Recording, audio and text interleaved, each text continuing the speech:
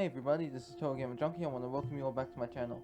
So, I'm sorry I haven't made a theory video. It's just that my charger broke, so I had to get a new one, and I got a new one, and that's fine. So I want to talk about the ending of issue 10 and what it might mean for the remaining 2 issues for the Springs arc. So, as we all know, Tristan's trying to he's trying to go to the trans sect, and he's like trying to go there, and we can see him kind of disappearing, but he can't actually do it. That's what happens in issue 9. Then in issue 10, we find out some interesting things. So, and Tristan believes that his power is what brought Max to his timeline, which is very interesting considering, because as you know, in the Life is Strange universe, when Max when she saved Chloe's dad, it changed the timeline.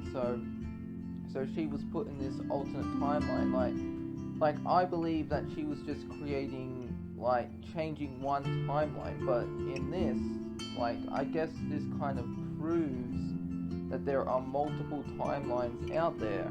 Like the trans sect proved that as well. That one reality isn't like changed. So I guess you could say Max is jumping when you use your powers in Life is Strange. Max is basically jumping from reality to reality, ones that have different outcomes.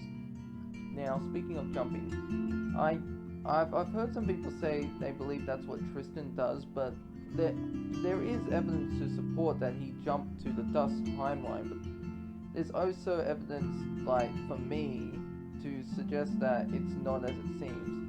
Now, at the end of issue 10, we see that Tristan's sitting on the beach. It's like dark, you know. It's like you can see a little sunrise, and he's trying to do it. And you can see the rock that's by him. It's the same one that's in issue 9. So Tristan's basically going to the same place. Now, when he tries to enter the transect, which once again I believe that's what he's trying to do, it doesn't work. At least he doesn't think it works, and we notice that the background is changed, and I think he's at Arcadia Bay. I'm not too sure. I mean, there's a comment I received from someone called Vincent A that said, "My bet is the original Chloe is sitting near Cape Florida Light, where the festival might be held in."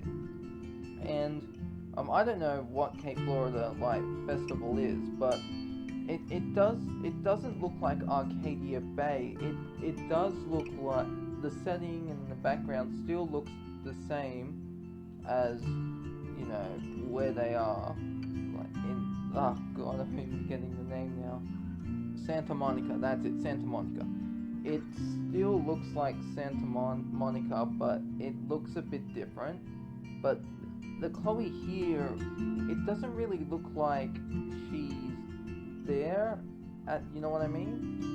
Like, you can see, if any of you remember the end of Life is Strange issue 4, where Max is flickering, and then at the end we see her fade away, it could be something like that.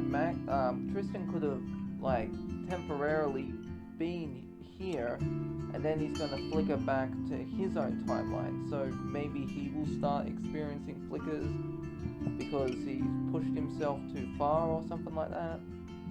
I don't know, but I guess you could say it could be Arcadia Bay because you can see the lighthouse in the background. Like Sean Prescott said that it would take years to rebuild Arcadia Bay, and if you remember, if you remember in Life is Strange 2, if you chose to save Chloe, you can see Arcadia Bay and how it's destroyed, and there's not even a lighthouse. It's basically all gone.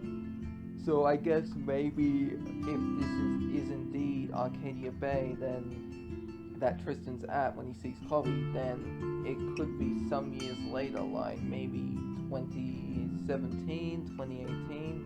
The timeline might be different, because as you can see, Chloe looks different as well.